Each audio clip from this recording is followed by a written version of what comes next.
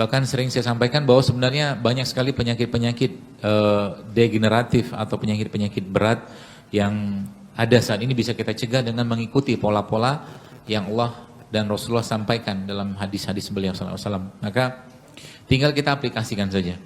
Kenapa bisa kita seperti itu? Atau mungkin kenapa banyak orang belum mau seperti itu? Karena mereka belum banyak bersyukur atau mereka belum ngerti bahwa begitu besarnya nikmat yang Allah berikan kepada badan kita ini. Kisah ini mungkin mudah-mudahan menjadi sebuah catatan penting buat kita semua. Jadi ada kurang lebih sekitar 2-3 bulan yang lalu lah. Istri saya dirawat dan di rumah sakit itu subhanallah ada seorang dokter penyakit dalam yang cerita ke istri juga bahwa dia banyak menggagalkan atau membatalkan jamaah-jamaah haji atau calon jamaah haji berangkat haji, ya. Karena ketika dicek, medical check up ternyata gagal ginjal, darah tinggi, segala macam. Jadi masa depan kesehatan kita, masa depan kesehatan Anda 5-10 tahun ke depan memang ditentukan dari apa yang Anda makan hari ini. Ya. Jadi kalau kita mau punya badan tubuh yang lebih baik, ya mau tidak mau, suka tidak suka, kita harus benahin apa yang ada di piring. Ya. Tapi sayangnya banyak orang belum mau care dengan itu. Ya. Nanti kalau tagihan di rumah sakit sudah muncul, ya, harus ngantri sekian jam, mungkin BPJS, mungkin harus datang ke rumah sakit pagi-pagi, mungkin Anda baru tahu atau kita baru tahu nikmatnya sehat. Dan itu memang sudah terbukti. Dekat rumah saya ada seorang ibu-ibu lah, seorang janda gitu, subhanallah beliau punya anak yang autoimun terus jam 3 pagi Pak ngantri di rumah di Cipto untuk berobat. Dan berobat pun tidak banyak memberikan kesembuhan ya. Karena emang yang diobatin juga bukan penyakit tapi keluhan juga, balik-balik ke situ aja. Jadi mari kita berenung ya, memuhasabah diri kita. Mungkin selama ini banyak penyakit, banyak masalah hidup kita juga karena kita tidak bersyukur dengan nikmat badan ini. Sehingga Nabi memang menyebutkan dalam sebuah hadis bahwa di akhir zaman itu banyak sekali fenomena atau ada fenomena di kalangan umatku, yaitu mereka banyak dari mereka tuh gemuk, kata Rasulullah. Ya. Dan gemuk itu bukan sesuatu yang lucu. Ya. Bagi laki-laki, ya khususnya laki-laki, lemahnya dia sebagai seorang laki-laki biasa disebabkan oleh karena lemaknya tadi. Ya, jadi seorang laki-laki yang tidak bisa memuaskan istrinya itu sebagian besar karena terlalu banyak lemak dalam badannya. Dan itu memang penelitiannya seperti itu.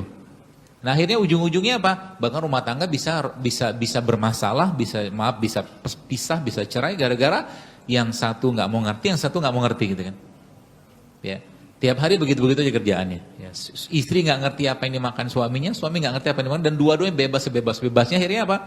Akhirnya ujung-ujungnya ya tidak bisa memuaskan. Ya, sebagai salah satu kewajiban suami atau istri. Itu baru satu problem saja.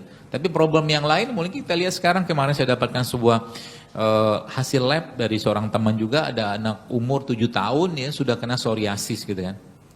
Psoriasis itu penyakit autoimun Pak, Bu. Anak umur 7 tahun kena psoriasis itu dari mana ceritanya kalau bukan dari gen bapak ibunya? Ya, kemungkinan besar. Ya, kok bisa kayak begitu? Ya, karena bapak ibunya sebelum nikah udah nyampah. Ya bahasa saya seperti itu. Ya nyampah itu apa? Yang makan suka-sukanya dia, nggak ngerti lagi apa yang harus dimakan, yang sehat nggak tahu, yang nggak sehat nggak tahu, dihantam semua.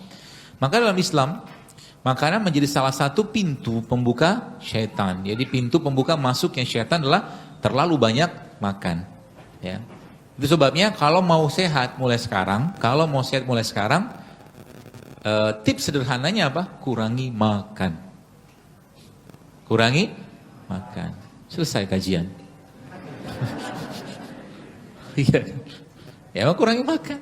Mau tidak mau, suka tidak suka, ya itu caranya. Ya.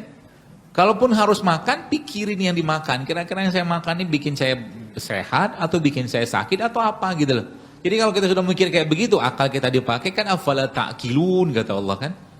Mikir nggak kalian tuh, pakai nggak otak gitu loh, karena lebih bahasa kita loh. Kalau udah dipakai, pikir yang kalau kalian makan kayak begini atau kalau seorang manusia itu makan kayak begini, kira-kira bisa nggak dengan makanan tadi, dengan itu dia bisa khusyuk beribadah. Anda tidak akan bisa, Bapak-Ibu sekalian, kita tidak akan bisa baca Quran dengan khusyuk kalau kekenyangan. Betul nggak? Kita tidak akan bisa doa dengan khusyuk kalau terlalu banyak makan. Kenapa? Melemahkan iman. Jadi Islam mengajarkan bahwa salah satu yang menyebabkan lemahnya iman seseorang adalah banyaknya makan. Kalau udah banyak makan apa terjadi? Pasti banyak penyakit. Mau sesehat apapun yang dimakan tapi berlebihan pasti banyak masalah. Kata Allah dalam Al-Quran, wakulu washrobu wala tusrifu, kata Allah. Makan, tapi jangan berlebihan. Apa pedomannya? Halal dulu kan gitu kan. Wakulu mimma rozakumullah halan toiban, kata Allah. Kalau makan, makan yang halal, halal. Jelas halalnya. Kalau nggak jelas halal, nggak jadi makan. Yang kedua apa? Toyib, baik. Ya, baik itu apa? Baik itu tidak yang kalau baik versinya saya, dia tidak banyak mengalami pengolahan. Semakin segar dia, semakin alami dia, semakin tidak banyak bahan-bahan bahan-bahan tambahan pangan di sana, lebih baik gitu kan. Jadi ada orang yang mungkin minum semangka atau makan semangka gitu kan, ada semangka di sini. Makan semangka kemudian dibandingkan dengan minum jus semangka dalam kemasan, kalau ada mungkin ya jauh lebih baik dia minum atau makan semangka tadi. Toib itu begitu. Gitu kan? Mau sesehat-sehatnya juga ada air kelapa dalam kemasan, ya sehat minum air kelapa langsung dari salah kan? Dari kelapanya kan? Gitu loh. Kita tuh kadang-kadang baru saja bilang sehat langsung identik dengan sesuatu yang mahal segala macam ya. Apalagi kemarin ada mahasiswa ada tanya dalam kajian saya kemarin, dia masuk, dokter bagaimana menurut pendapat dokter kalau saya sebagai mahasiswa pengen hidup sehat? Kan kita budgetnya terbatas. Oh, saya bilang gampang, puasa aja terus. Iya kan? Nanti kalau pas lagi buka puasa cari masjid yang ngasih iftar. Low budget. Ya, low budget kan? Ya, asal mau aja sebenarnya. Apalagi dia, ya kalau kayak saya dulu emang waktu zaman kuliah emang sering masak. Ya, masak sup segala macam sederhana, modal 10.000 beli kentang, beli tomat, beli itu kan selesai. Kalau pakai nasi sedikit beli nasi 2.000 udah cukup. Bisa untuk beberapa orang di kosan. Ya.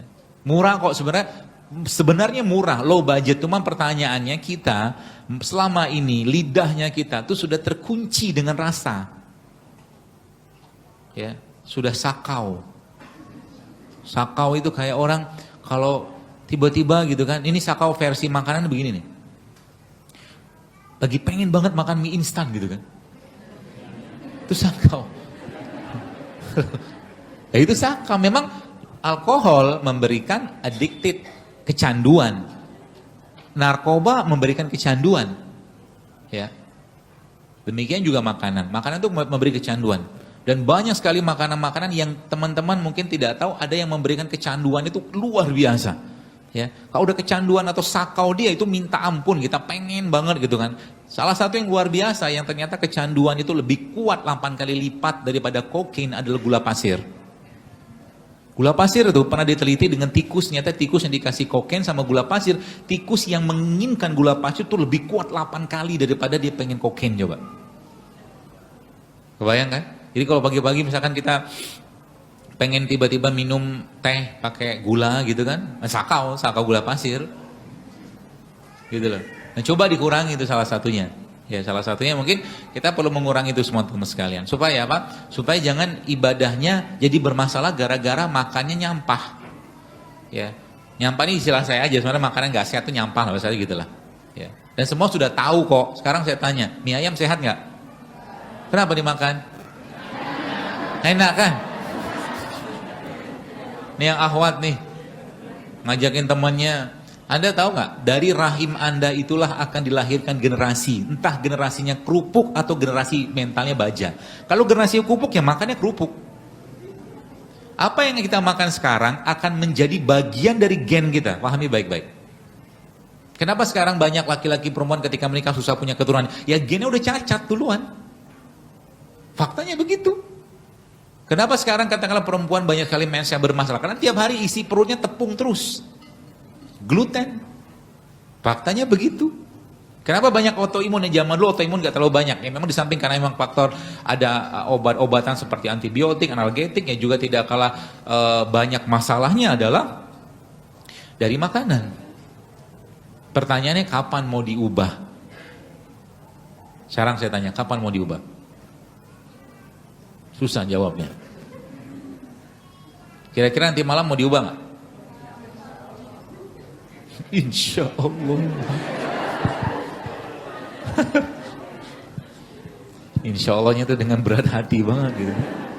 Malam bukan waktu yang tepat untuk makan. Kecuali Anda berpuasa. karena kan nggak makan. Tapi kalau hari-hari biasa nggak ada makanan, kita nggak biasa makan, maka malam bukan waktu yang tepat untuk makan. Karena memang waja'alna laila libasa, kata Allah. Dan kami jadikan malam sebagai istirahat. Maka Rasulullah SAW ngapain habis Isya? Tidur. Tidur itu ngapain? Tubuhnya dipuasakan kan? Maka pagi apa yang terjadi? Pagi itu istilah Inggrisnya puasa sarapan itu kan breakfast. Fast yang di break. Kan gitu. Maka pagi bukan saatnya makan nasi goreng. Pagi bukan saatnya makan bubur ayam. Pagi saatnya bukan saatnya makan apa gitu. Anda lebih paham. Ya. Jadi pagi lebih tepat makan apa? Udah tahu kenapa nggak makan? Pagi loh hidup sehat, habis ikut kajian Dr. Zaidul. Wah baru sebentar tiba-tiba teman gue yang bakso yuk gitu kan.